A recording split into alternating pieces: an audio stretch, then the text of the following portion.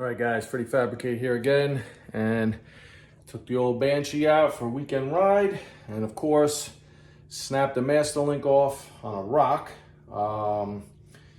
It jammed up in here, broke the whole case. Hopefully you guys could see that. So my plan is, I made up this cardboard template, and I'm gonna make one out of steel. I know I could buy these, but you know, as you guys know, I don't really like buying stuff. I'd rather make it myself. What I'm going to do is I cut this back as best I can. I'm going to make an attachment point down here, welded to the frame, and up here, I'm going to bolt it to the upper chain roller. All right, so I showed you the template I made up. I put this little curve into the bottom here. This is the piece of strap steel that I found. It's roughly 1/4 inch thick. I put this bend in it already, and then there were 2 holes here. I just finished welding those up. Nothing crazy. I'm gonna grind them smooth. So if I turn this on the side, you can see that that's getting close to that shape. I'm gonna take a Sharpie, just mark it right here, roughly, and then that's where I need to start my bend coming around to the top. All right, I got the welds grounded down. I don't know what the heck somebody was doing at the end of this here, but I just ground them back a little bit because I'm not sure on my length. What I'm going to do is take off this tape, and that's the beauty of cardboard, guys. You could just roll this out straight. I'll lay this down on top of here, and then I'll take my measurements and cut it. All right, you can see I straightened it out. Hold that there, bring it across, and I got very lucky. Right at the beginning of these, so good thing I didn't start grinding them down yet. I'll just take a Sharpie marker, go like that, and I'll probably just add a little to it, just to be on the safe side. All right, I moved the piece over to the bridge port.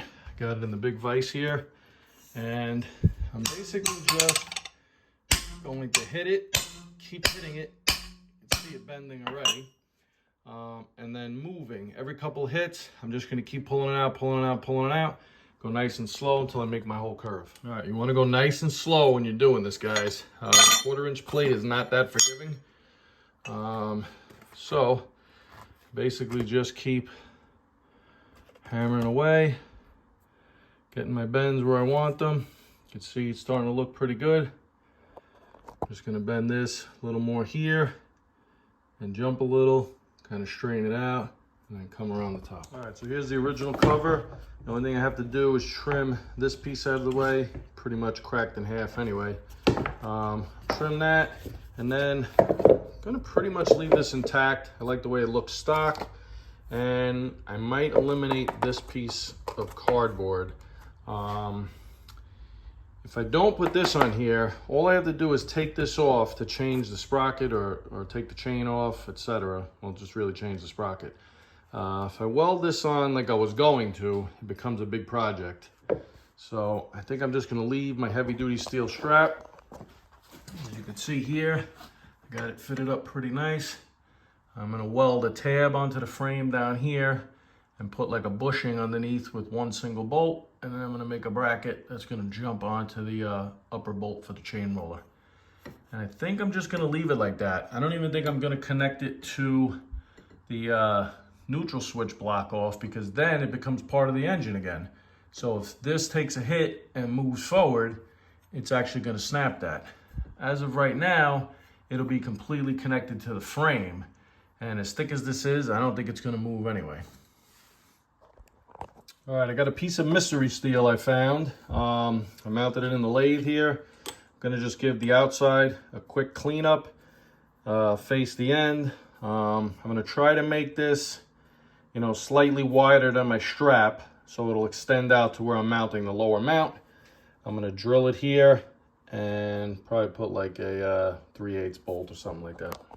Got out my trusty old snap-on tap and die set here, guys. And in case you've never used this before, they give you a nice chart here.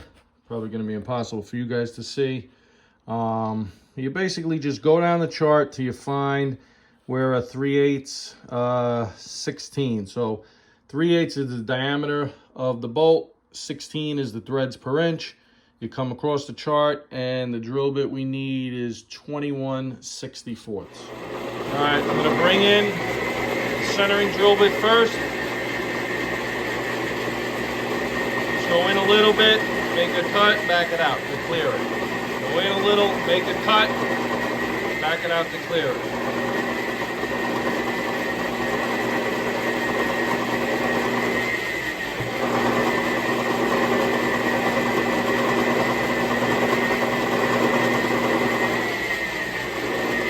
Pull the turret back, spin it around. That's my drill bit right there. Gotta line it up as best you can, and then once it moves forward, it locks into place. I like to also tighten the top down.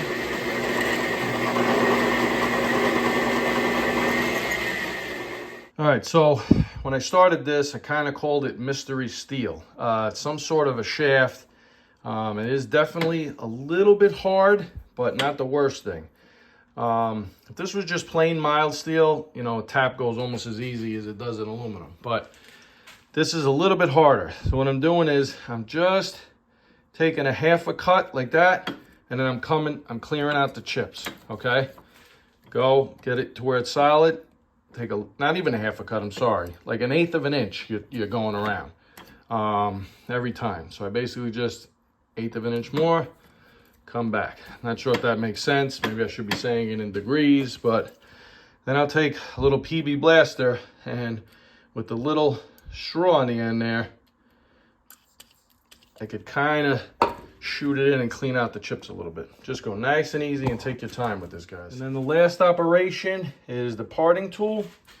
Just gonna spin it at a decent speed, go nice and easy, and I use a little wire like this to hold the part when it's about to part off. All right, so by the chance that anybody is still watching this video and you didn't understand where this was going, here it is, and it's going down here like that. I'm going to weld it underneath just like that. And then I found this laying around. I'm gonna trim this to fit right in this corner here, weld it in, and then that'll be the lower mount for the case saver. All right, guys, so this is the final product here. I decided not to put anything over the sprocket for now. I think this thing is built like a tank, and if the chain does happen to throw, I don't see it causing any more damage. I also like that the stock cover fits over this perfectly. I mean, I have enough room that I could weld something here if I want, maybe some bars or something for show. But the problem is that I literally have to take, I mean, it's only 2 bolts. It's the bolt for the roller and this bolt I added down at the bottom, but I have to take those off if I weld bars in front of the sprocket. And I don't see the chain. Anytime these chains break or the master gets thrown, they jam up in here and crack the case. That obviously what just happened to me. So with that being said, they don't come out this way. Even if they did, it's just a plastic case that's out here. Nothing's really gonna get damaged. So I'm gonna leave it like this for now. I'll post a video, and if you guys want, leave me a comment and let me know if you'd like, you know, I could put the bars just to make it look a little fancy.